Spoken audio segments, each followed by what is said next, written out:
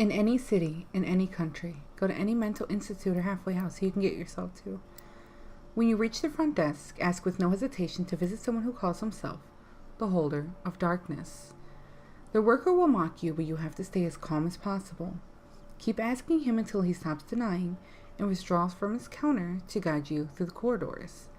As his behavior changes radically, stay on guard, for if you start hearing one single tiny sinister hiss, you should turn around and flee as far as you can, covering your ears because the time was bad.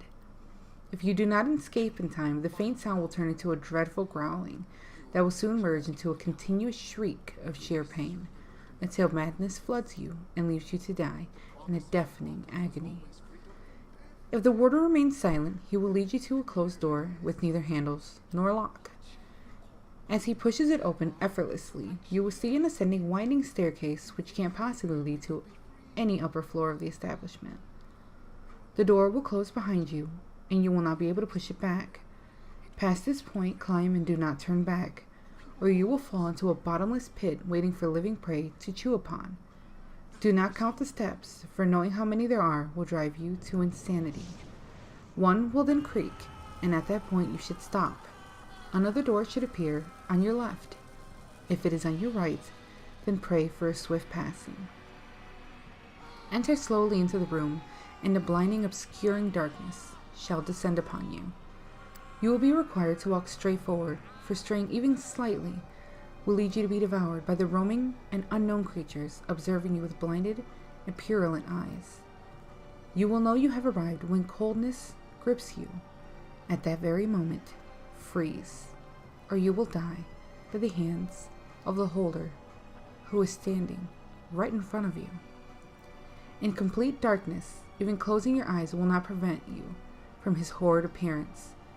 It will form into your mind as the most outrageous monster ever conceived, and madness will try to creep into your brain as worms over a decayed corpse.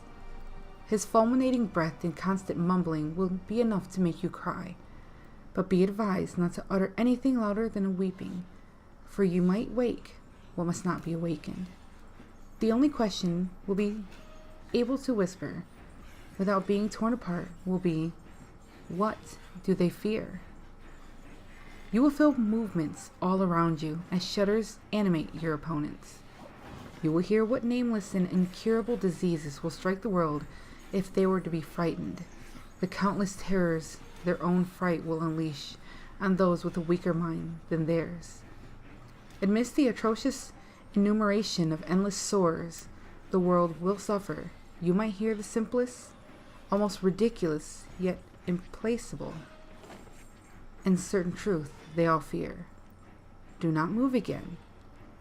When your head is about to implode, it will stop. If you are still able to move, you will find a door in front of you, which leads you outside of the ward. There, in the open, in the grass, a broken hourglass will wait for you. You are free to pick it up. It is object 13 of 538. Your knowledge of their fears is up to you to share, but you may not want to use it as a weapon against them.